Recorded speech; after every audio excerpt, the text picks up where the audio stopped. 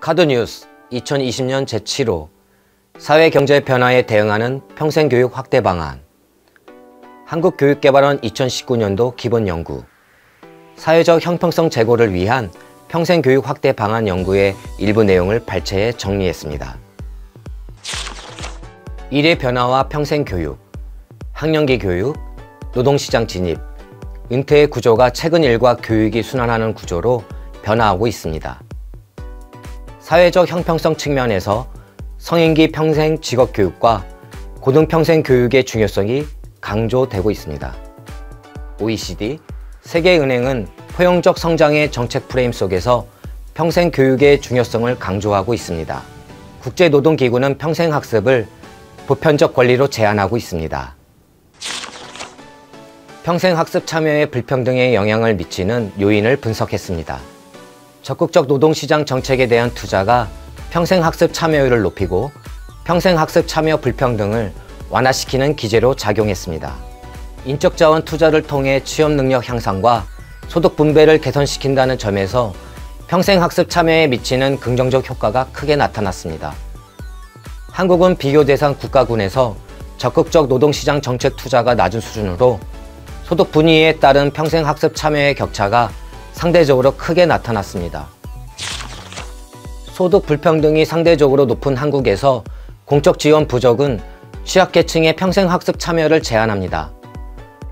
고용보험 기반의 직업교육 훈련 체제에서 재직자 중심의 평생학습 참여가 이루어지는 특징이 나타났습니다. 한국은 평생학습 취약계층에 대한 낮은 수준의 공적 지원과 직업교육 훈련 참여의 책임이 점차 개인으로 이전됐고 그 결과 평생학습 참여 격차가 크게 나타났습니다. 평생교육 현황과 쟁점을 세 측면에서 살펴봤습니다. 평생교육 공급체계 측면에서 전달체계의 분리, 고용보험 기반 직업교육 훈련의 한계, 일반 대학과 분리, 운영되는 성인학습자의 고등교육 체계의 한계가 존재했습니다. 평생학습 인정체계 측면에서 고등교육 수준의 학습 경험과 자격을 학위나 학점으로 인정하는 체제 구축을 진행 중이지만 직업교육훈련, 직무경험 등의 인정이 어려운 문제가 여전히 있습니다. 평생학습 참여 불평등 측면에서 성별, 학력, 고유 형태에 따른 참여 격차가 있습니다. 평생 직업교육은 현재의 고용보험에 기반한 직업교육훈련 체제의 한계가 참여 격차 원인으로 작용하고 있습니다.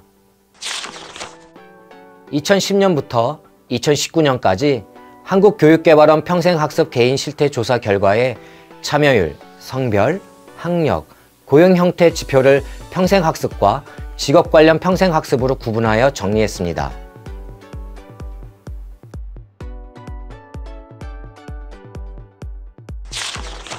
정책 재원.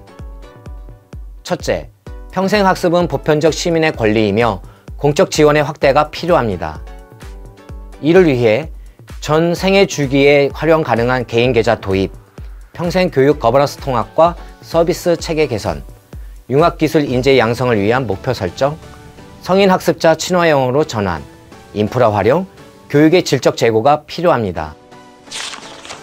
둘째, 평생교육 수요와 공급 연계를 위한 해결 과제. 평생교육 수요에 적합한 공급 구조를 만들기 위해 숙련 정보 모니터링 시스템 구축이 필요합니다. 성인 학습자 고등교육 수요와 관련해 다양한 비학기 과정의 운영과 연계, 성인 학습자 학습 역량을 고려한 보충 프로그램과 사전 프로그램 운영이 필요합니다. 셋째, 다양한 형식의 평생학습 성과에 대한 사회적 인정이 필요합니다. 평생학습 성과가 노동시장에서 가치를 인정받기 위해 국가 역량체계의 개선과 포괄적 학습 경험 인정 제도의 확산이 필요합니다. 국가 역량체계는 고등교육 수준 이상의 역량 수준에 대한 체계화와 실질적으로 활용되는 산업 수준에서 역량 수준과 직무 자격을 구체화하는 노력이 필요합니다. 포괄적 학습 경험 인정을 위해서는 평생교육 인정 학습 과정, 직무 등에 대한 지속적인 점검과 질관리, 관리 전문가와 평가자 등 관계자 확보와 전문성 제고가 필요합니다. 보다 자세한 내용은 한국교육개발원 홈페이지에서 확인할 수 있습니다. 감사합니다.